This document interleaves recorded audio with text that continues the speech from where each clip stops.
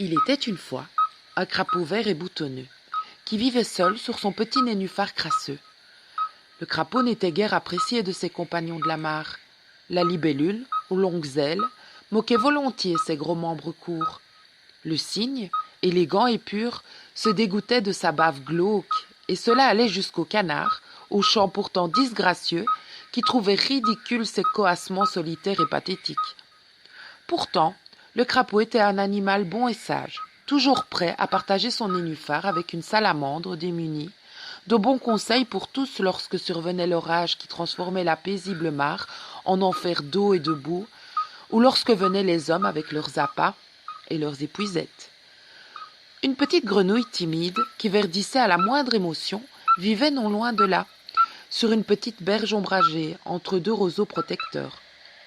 Tous les animaux de la mare connaissaient la jolie créature, et les plus fiers venaient parader, l'air de rien, devant les deux roseaux qui ondulaient sous la brise. Le cygne, plume lissée, cou droit, fendait l'onde, le regard porté au loin, à l'horizon de sa vanité. Le brochet, fort et vif, troublait l'eau de ses vigoureux coups de queue, lubrique et imbécile. Le colvert aussi venait craqueter et dandiner bêtement du croupion, et parfois, se croyant intéressant, il plongeait gober un verre. Mais la petite grenouille, verdissant de ses audaces, aimait d'un amour vert pomme le vilain crapaud.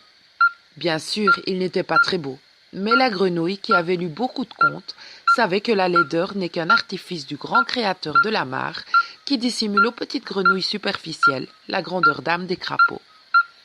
Cette histoire aurait pu être un conte, de ceux que les mamans lisent à leurs enfants le soir pour les bercer en douceur. Si n'était venue un jour se baigner dans la mare une vilaine princesse voisine.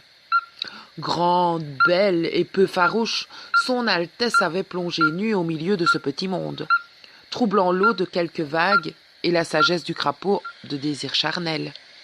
À la vue de la belle sortant de l'onde, son sein marmoréen, ses jambes infinies, sa blondeur d'ange, notre crapaud perdit toute sagesse, et coassant tout ce qu'il pouvait, il se rua à sa suite. « Princesse, je suis vert et laid, mais j'ai trouvé l'amour à l'ombre de vos courbes.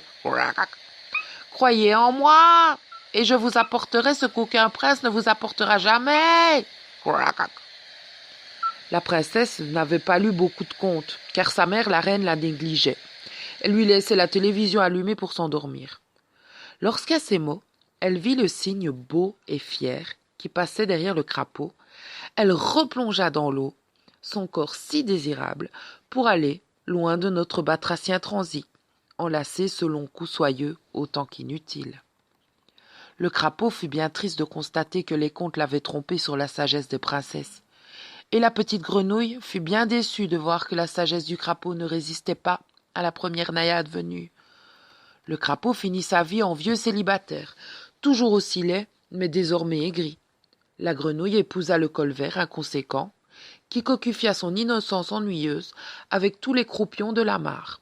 Quant à la princesse et au cygne, ils vécurent 3 jours d'une idylle imbécile mais torride. Quand le spectacle réciproque de leur vanité les lassa, ils s'en retournèrent à leur quotidien de séduction sans avenir. Morale, les contes sont plus faciles à écrire qu'à vivre.